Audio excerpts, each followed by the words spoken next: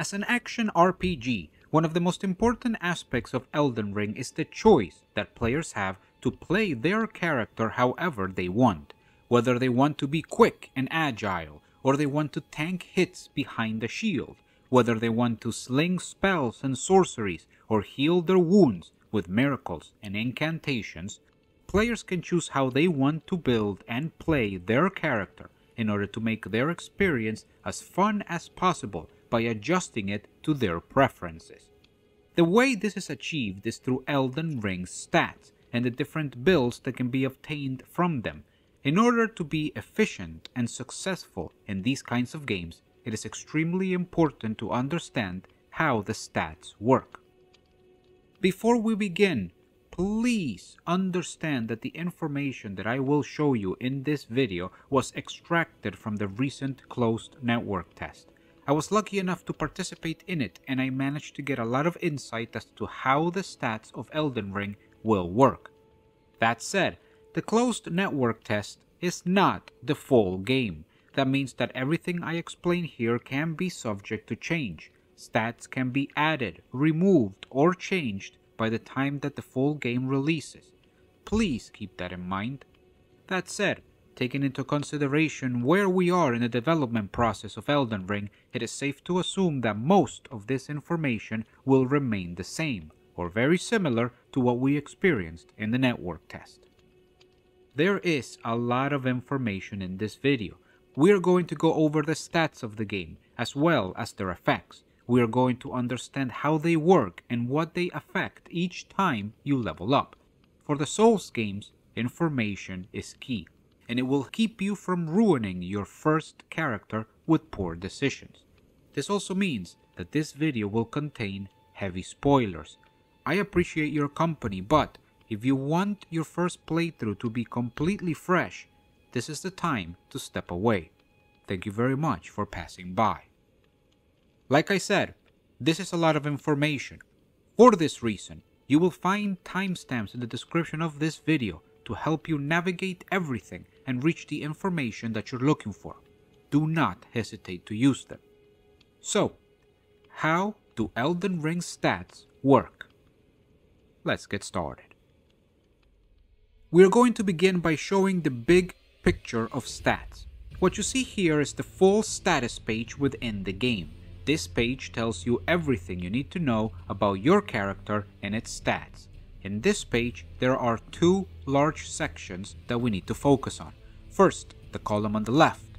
These are your character's basic attributes. They are the initial stats. Every other stat in the game is derived from these.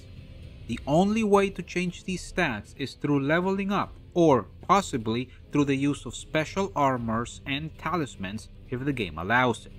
That said, the point is that these initial stats are the starting point of everything else. Then we have the next two columns. These are the derivative stats. By this, I mean that every single stat that you see in these two columns is affected by one or more of your character's basic attributes. Whenever you change a stat on the left column, it will affect one or more stats in these two columns on the right. Each stat does something different, and it is affected by multiple factors. It can be confusing at times, especially if this is your first Souls game. So the first thing that we are going to do is identify and understand each stat. Once we know what it does, we will know what it can change. Let's begin from the very basics, the main attributes. The first thing is the level. The game defines level as the cumulative figure that represents overall strength. You can increase your level by leveling up at a site of grace using runes. This is the leveling process. Once you sit at a site of grace, you may select the level up option. Once you do, you will be brought to this menu. In this menu, you can spend runes by increasing each stat as you wish. As you increase each different stat, you will see that other stats are affected by it. You can use this information to build the character that you wish to play. At this time, it is unknown if Elden Ring will have a system that lets you respec your characters or change your levels in any way, so level up decisions might be final. Be careful with your choices. Runes held constitute the total runes in your possession. These are the souls of the past Souls games. They are the currency that we can use to level up and buy weapons, armor, consumables, etc. Remember, if you die, you will drop all the runes that you have on you at the place you died. You are welcome to pick these up, but if you die again before doing so, they will be lost forever. The runes needed is the amount of runes that you require for your next level up. Once you have the needed amount of runes, you can increase one of your basic attributes at a site of grace. Keep an eye on your pocket. The more runes you have, the more you will lose when you die. Starting with the basic attributes, Vigor is the stat that governs your HP. That said, it also increases fire resistance and poison immunity. It is a basic concept. The more Vigor you have, the more HP you have, and that means you have more chances of survival. Mind is the attribute that governs FP, or focus points. These are the points that you can spend to cast spells or use skills and abilities. If you're trying to make a spellcaster character, this is going to be one of your basic stats. The more FP, the more destruction. Also, it affects your focus resistance. Endurance is the main attribute that affects your stamina. The more endurance, the more stamina, and that means that you will be able to do more physical actions. This is a very important stat for those characters that want to focus on physical combat. Also, it affects your physical defense and robustness. Very important for tanks. Strength is the attribute required to use heavy weapons. It also boosts the attack power of all weapons that have strength scaling. Furthermore, and this is very important, it raises your character's maximum equip load. So, if you want to use the big weapons with the big armor, you need to have big strength.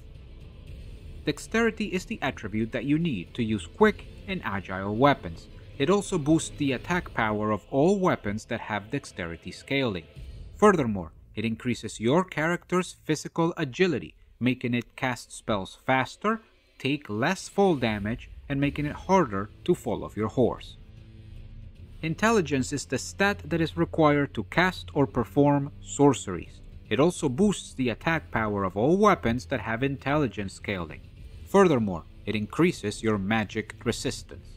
This is the basic stat for all characters that want to be a wizard. If you want to cast big spells, you need a lot of intelligence. Faith is the stat that is required to cast or perform sacred incantations. These are the miracles.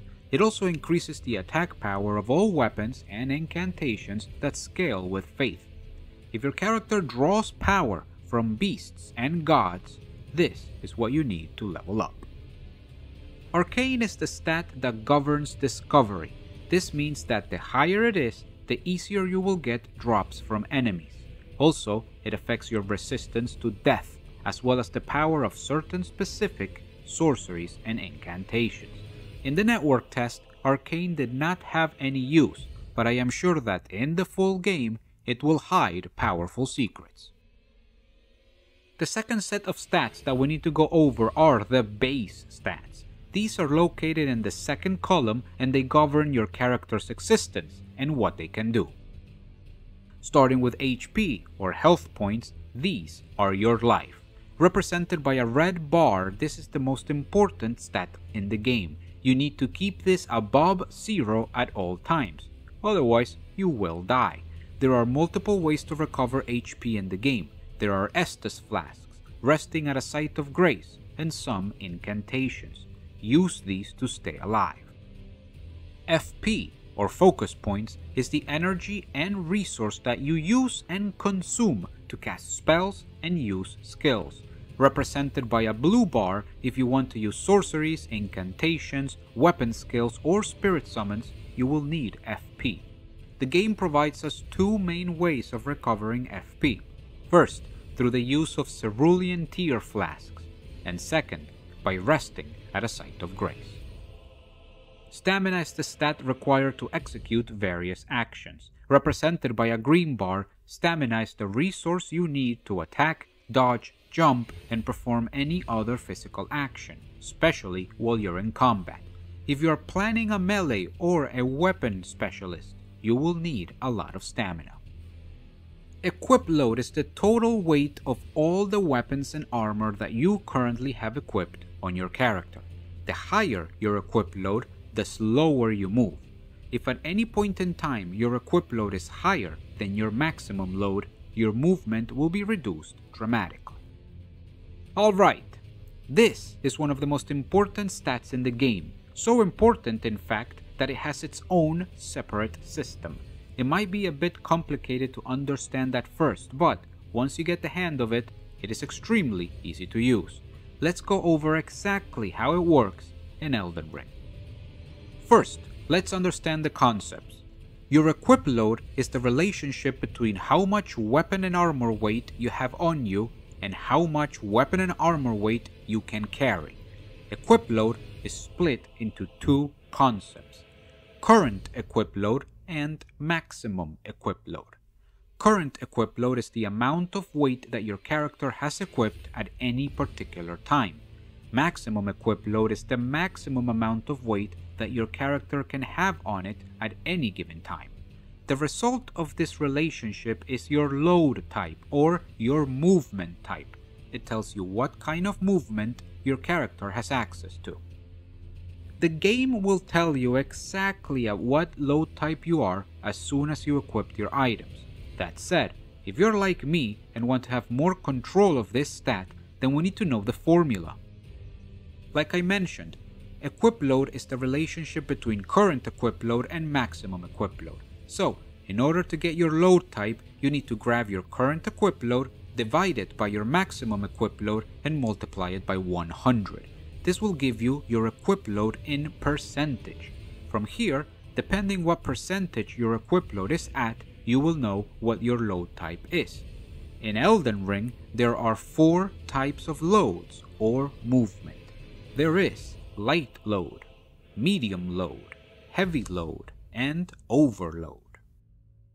Light load happens when your equip load is under 30%. This is the lightest load in the game and it gives you the best natural dodge roll that we have access to. It is the quickest, furthest, and possibly most invincible roll that we can get. This is perfect for those characters that do not have good armor and depend on agility to evade damage. Medium load happens when your equip load is between 30% to 70%. This is the second lightest load in the game and it gives you a medium roll. This roll is not as quick as the light load, but it is good enough to play with. It works as a middle ground between avoiding damage and tanking damage. Heavy load happens when your equip load is between 70 to 100%. This is the third lightest load in the game, but do not be confused, it is not light at all. In fact, you are so heavy that your dodge roll is now a fat roll. It is slow, it does not go very far, and it does not have many invulnerability frames. If you have a heavy load, I hope that you also have a good shield or strong armor, because you will be taking many hits. And finally, overload. This is when your equip load is over 100%. This means that your character has more weight equipped than it can carry. As a result, you will not be able to dodge roll. If you try, your character will enter an animation where it tries to roll, but it is unable to. Literally, nothing happens. You do not dodge, you do not move, and you'd have no invulnerability frames. You are a sitting duck. In this load type, it is better to just stand still and hope your shield can take the punishment. Memory slots constitute the number of slots that we have available in order to memorize sorceries and incantations. These are what allow us to equip spells and be able to cast them. At this time, in the network test, I was unable to see which stat increases the amount of memory slots that are available to us. I suspect that it could be mined, but we will have to see. Regardless, if you want to play as a caster type character, additional memory slots will be a requirement. The more spells that your character has memorized, the more versatile it will be. In order to memorize spells, you need to rest at a site of grace. One of the options will be Memorize Spell. From here, a menu screen will appear.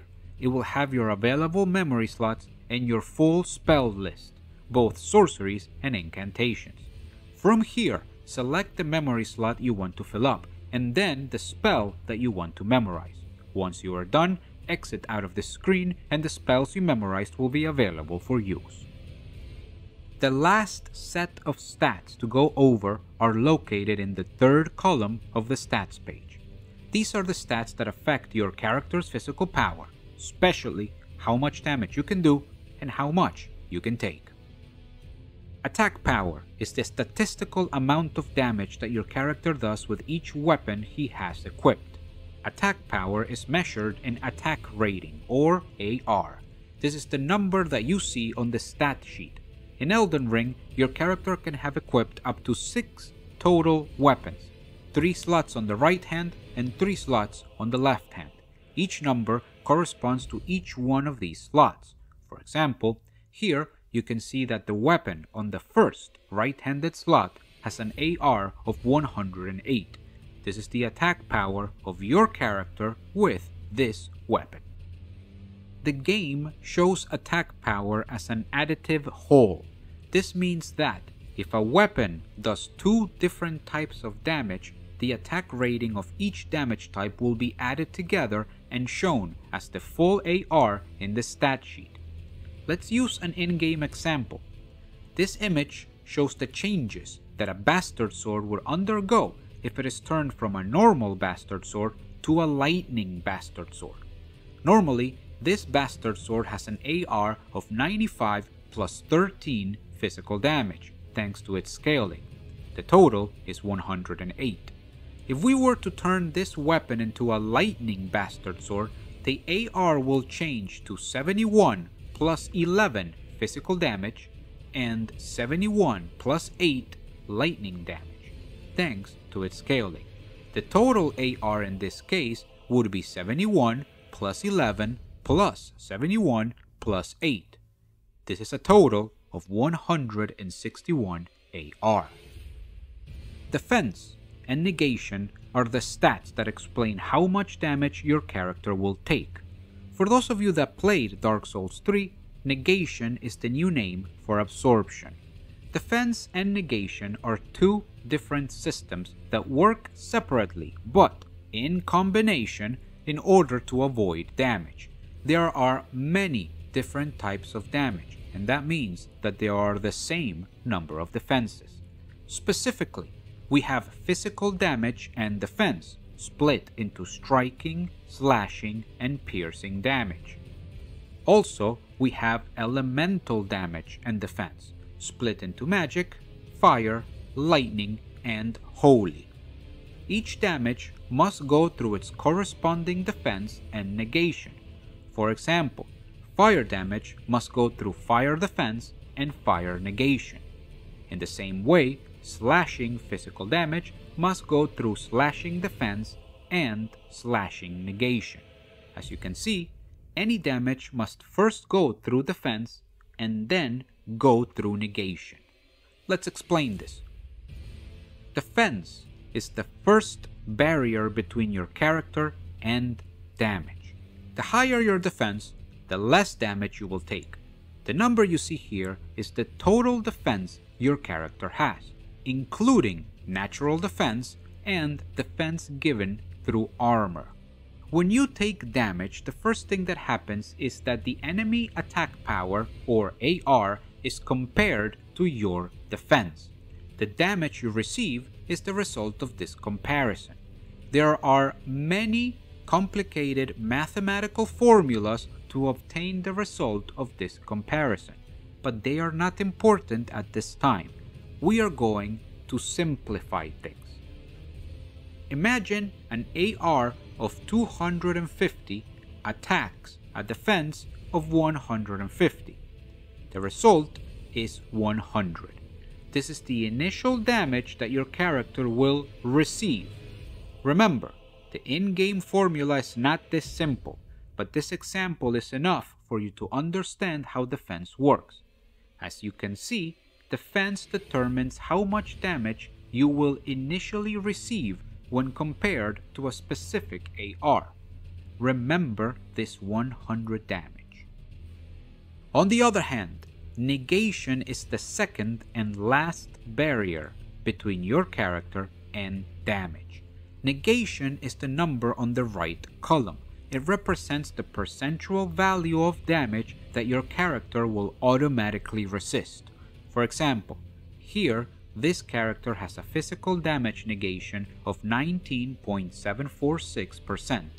This means that when this character receives physical damage, it will reduce this damage by 19.746%, and it will take the rest.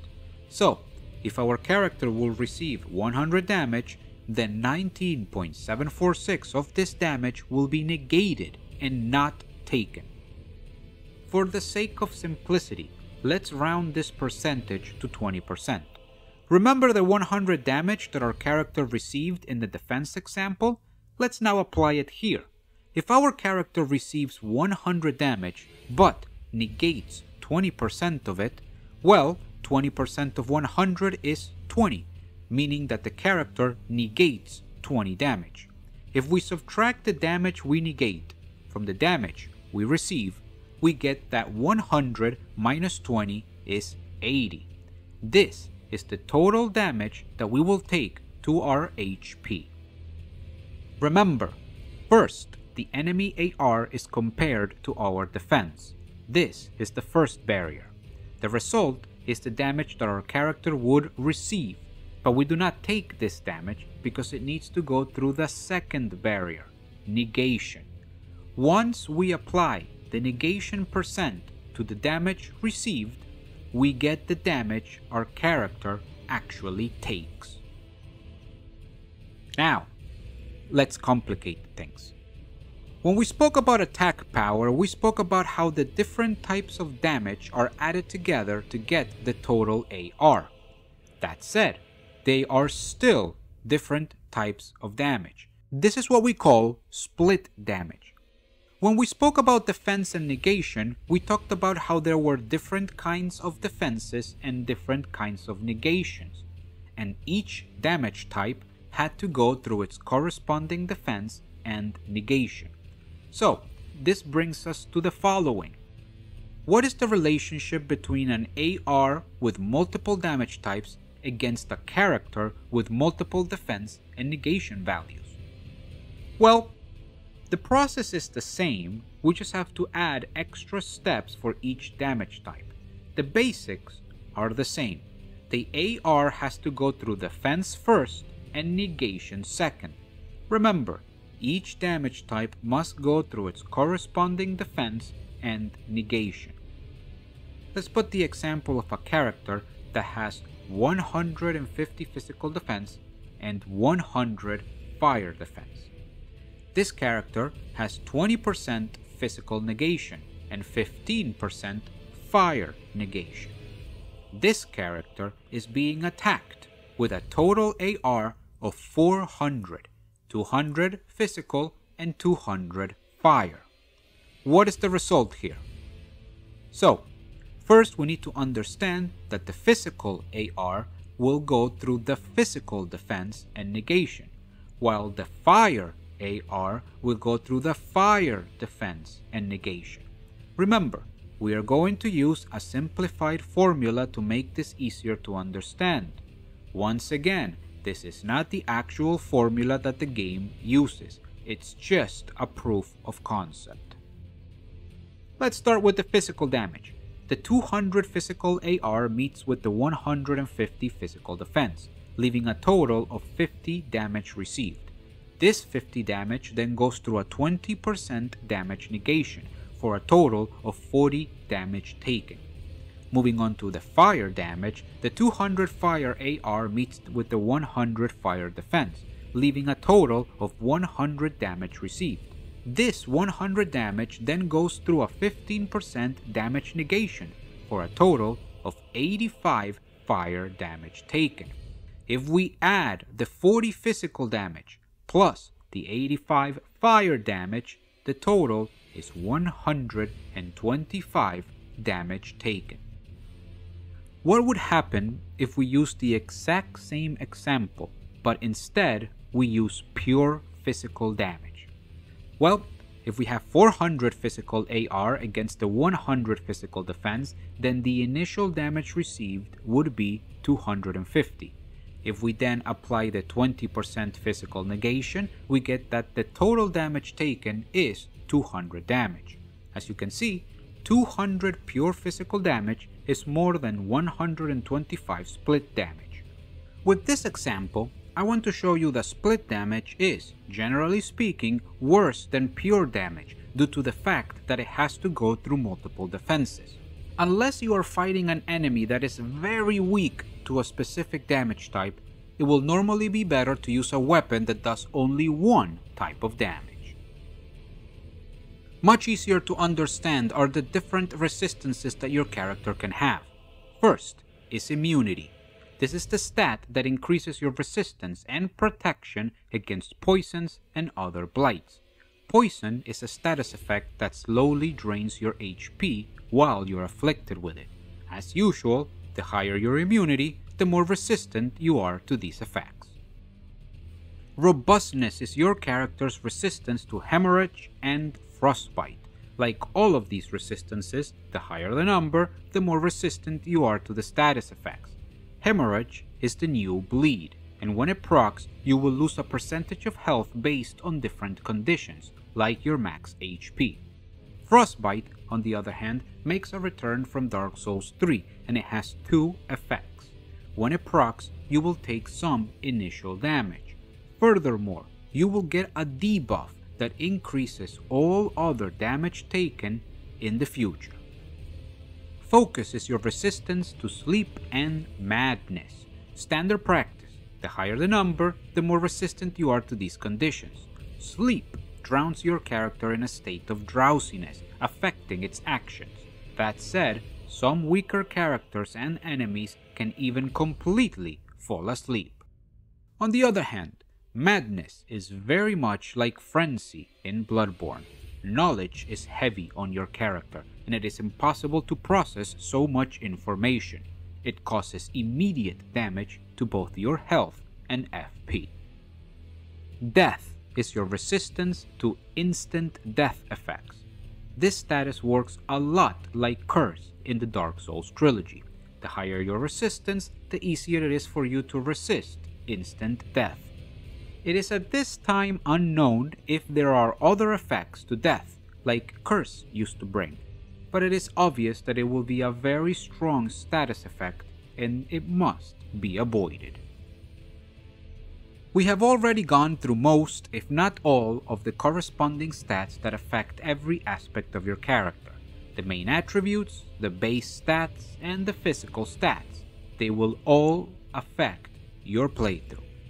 They will all affect your experience in the game. As a result, they are one of the most important parts of the game. Having the basic knowledge and principles of how these stats work will help you immensely in your first playthrough, and it will offer some protection from the possibility of ending up with an inefficient character or a ruined build. For the player, starting the game with this knowledge is better than going in completely blind and guessing as you advance in your playthrough. That said, it is also important to not get lost in the numbers or overwhelmed by the large amount of information. Knowing the stats, what they do, and how to properly manipulate them is something that becomes easier the more you play. The stats are guidelines, not mandates set in stone.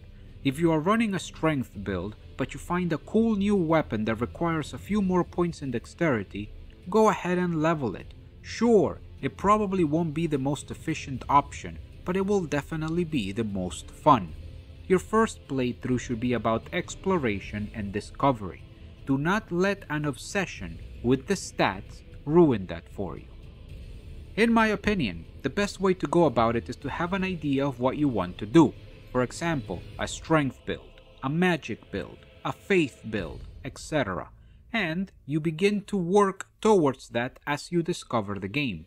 Your experience might change your plan, and maybe your strength build becomes a strength faith build. This is perfectly fine. Be clear on what you want to do, but remain flexible to increase your fun. Now, it is important to understand that spreading your levels out too much or over-focusing too much on a single stat is not a good idea. Having all your stats at 20 will definitely give you many options, but they will all be weak. On the other hand, going all the way to 40 strength immediately will make you a very powerful character, but you will be left with no health to survive or stamina to swing your weapon. Like with everything in life, moderation is key. Go with your plan, explore the world, and make some educated decisions to give you the highest chance of survival. There are many players out there who believe that Souls games are too hard, or they feel intimidated by the possibility of failure, to the point that they do not even try to play. I believe that part of this fear and intimidation comes from the fact that they do not have the necessary information to arm themselves properly against the challenges that the game will present. Sometimes the game is too hard because they are not properly prepared, because they leveled up the wrong stats that fit their playstyle, or because they spread out their levels so wide that they are too weak to face the current obstacle in their path. This is common because Souls games have a lot of information up front. I want to give all players, especially those that are new, the basic information in order to make their process of adaptation that much easier. Hopefully, this helps them have an easier time with the game and brings more players to the Souls. As I mentioned before, since this information was obtained from the closed network test, there is the possibility that something may change, but I feel like stats are the foundation of the game, and we will not see many of them differ. If you have any questions, do not hesitate to let me know in the comments below. I will do my best to answer them. Thank you very much for your time, and I hope I get to see you on the next one.